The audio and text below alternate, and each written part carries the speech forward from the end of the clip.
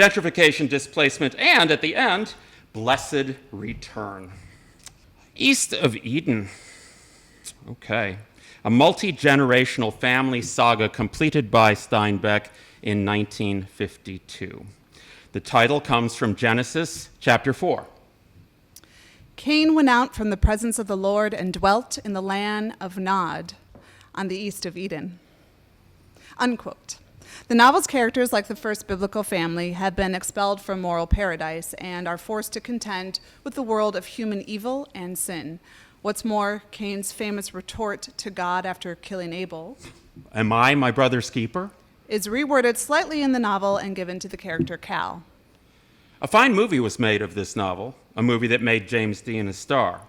And long as the movie was, it focused exclusively on the latter part of the book. We're going to compensate for that here by sharing with you from East of Eden, chapter 2. When a child first catches adults out, when it enters his grave little head that adults do not have divine intelligence, that their judgments are not always wise, their thinking true, their sentences just, the child's world drops into panic. The gods are fallen and all safety gone.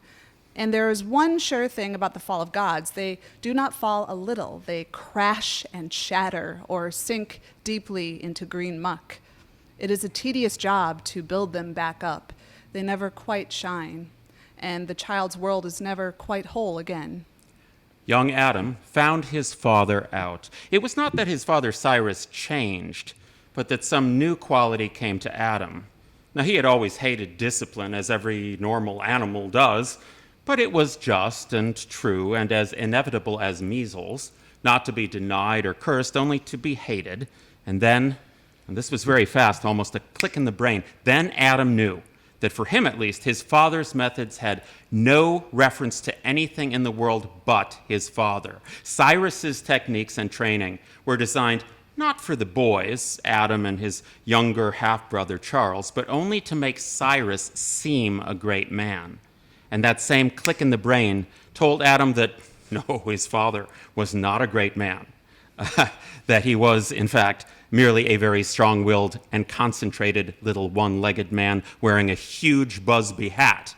Now, who knows what causes this? A look in the eye, a lie found out, a moment of hesitation. Then God comes crashing down in a child's brain. Young Adam was always an obedient child. Something in him shrank from violence, from contention, from the silent, shrieking tensions that can rip at a house. He contributed to the quiet he wished for by offering no violence, no contention, and to do this, he had to retire into secretness, since there is some violence in everyone. He covered his life with a veil of vagueness, while behind his quiet eyes, a rich, full life went on. This did not protect him from assault, but it allowed him a partial immunity. His half-brother Charles, just over a year younger, grew up with their father's assertiveness. Charles was a natural athlete with instinctive timing and coordination and the competitor's will to win over others, which makes for success in this world. Young Charles won all contests with the older Adam, whether they involved skill or strength or quick intelligence, and he won them so easily that quite early on, Charles lost interest and had to find his competition among other, even older children. Thus it came about that a kind of affection grew between the two boys, but it was more like an association between brother and sister than between brothers. Charles fought any boy who challenged or slurred Adam, and he usually won. He protected Adam from their father's harshness, with lies and even with blame-taking. Charles felt for his older brother as one feels for helpless things, for new babies and blind puppies. Adam looked out of his covered brain, out of the long tunnels of his eyes at the people of his world. His father was a one-legged natural force, at first installed to make little boys feel littler and stupid boys aware of their stupidity. And then, after God had crashed, Adam saw Cyrus as the policeman laid on by birth, the officer who might be circumvented or fooled, but never challenged. And Adam saw his half-brother Charles as a bright being of another species, gifted with muscle and bone, speed and alertness, quite on a different plane, to be admired as one admires the sleek, lazy danger of a leopard, not by any chance to be compared with oneself. And it would no more have occurred to Adam to confide in his brother, to tell him of the hunger, the gray dreams, the plans and silent pleasures that lay at the back of the tunneled eyes, than it would to share his thoughts with a lovely tree or a pheasant in flight. Toward Alice Trask, his stepmother and Charles's mother, Adam concealed a feeling that was akin to a warm shame. She was not his mother. That Adam knew, because he had been told many times. It was not from things said, but from the tone in which other things were said that Adam knew he had once had a mother, and she had done some shameful thing. And as a result of her fault, she was not here. Adam thought sometimes that if he could only find out what sin it was she had committed, why, he would sin it too and not be here. Alice treated the boys equally, washed them and fed them, and left everything else to their father, who had let it be known to her clearly and with finality that training the boys physically and mentally was his exclusive province. Even praise and reprimand he would not delegate. Alice never complained, quarreled, laughed, or cried. Her mouth was trained to a straight line that concealed nothing and offered nothing too. But once, when Adam was quite small, he wandered silently into the kitchen. Alice did not see him. She was darning socks, and she was smiling. Adam retired secretly and walked out of the house and into the woodlot, to a sheltered place behind a stump that he knew well. He settled deep between the protecting roots. Adam was as shocked as though he had come upon Alice naked. He breathed excitedly, high against his throat, for Alice had been naked. She had been smiling. Smiling? He wondered how she had dared such wantonness, and he ached toward her then, with a longing that was passionate and hot. He did not know what it was about, but all the long lack of holding, of rocking, of caressing, the hunger for breast and nipple, and the softness of a lap, and the voice tone of love and compassion, and the sweet feeling of anxiety, all these were in his passion, but he did not know it because he did not know such things existed, so how could he miss them? It occurred to him then that he might be wrong, that some misbegotten shadow had fallen across his face, warped his seeing, so he cast back to the sharp picture in his head. Oh, then he knew. Those eyes, they were smiling too. Twisted light, it could do one or the other, distort the mouth or the eyes, but not both. He stalked her then. He spied on Alice, hidden and from unsuspected eye corner, and it was true. Sometimes when she was alone and knew she was alone, she permitted her mind to play in a garden, and she smiled. And it was wonderful. Adam concealed his treasure deep in his tunnels, but he was inclined to pay for his pleasure with something. So Alice began to find gifts in her sewing basket, in her worn-out purse, under her pillow, 2 cinnamon candies, a bluebird's tail feather, half a stick of green sealing wax, a stolen handkerchief. At first, Alice was startled, but then that passed, and when she found some unsuspected present, the garden smile flashed and disappeared, the way a trout crosses a knife of sunshine in a pool. She asked no questions and made no comments. But Alice was not well.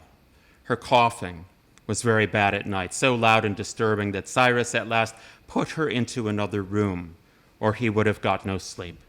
But he did visit her very often, hopping on his one bare foot, steadying himself with hand on wall. The boys could hear and feel the jar of his body throughout the house as he hopped to and from Alice's bed. Chapter 2.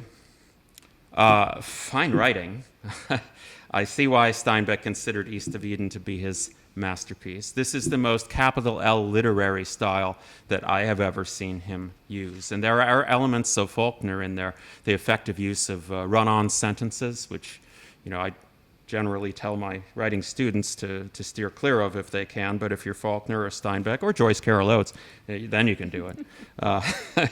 So This section forecasts a great deal about the latter part of the novel, the part on which the movie is based, about how Adam will be when he grows up, how he will be as a parent of boys himself. And this section establishes a theme of legacy. What gets passed down through the generations, what gets passed down through the genes, nature or nurture, or the lack of nurture, attitude and behavior, passed down through what people do and what they withhold, what they do for and to each other, or what they don't. You can see from these few pages in chapter 2 that Steinbeck is tackling big, timeless themes, both Oedipal and biblical, clearly from the title. There are parallels to the biblical stories of both Cain and Abel, obviously, but also Jacob and Esau. He introduces the characters one by one, which is very smart. You get a sense first of Adam, then of Cyrus, then of the half-brother Charles, and finally of Alice Trask, the stepmother. And he takes a different approach than I generally do, and than I generally tell my students to consider in terms of storytelling. He does a lot of summarizing and synopsizing here, whereas I tend to say bring an individual moment to life and to light in vivid detail and then move on to the next and the next and the next to create shared history between the reader or listener and the characters. It's a good reminder about the subjectivity of all these things because this works brilliantly, what he has done, the summarizing and synopsizing that he does here.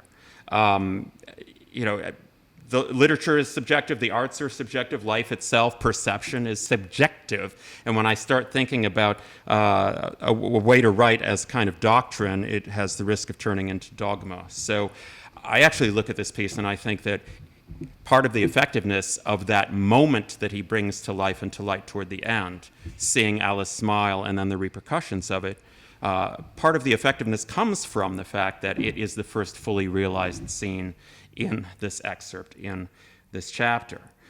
This is one of my favorite topics in literature, the early childhood event that sort of casts the die and sets the stage for the life to follow.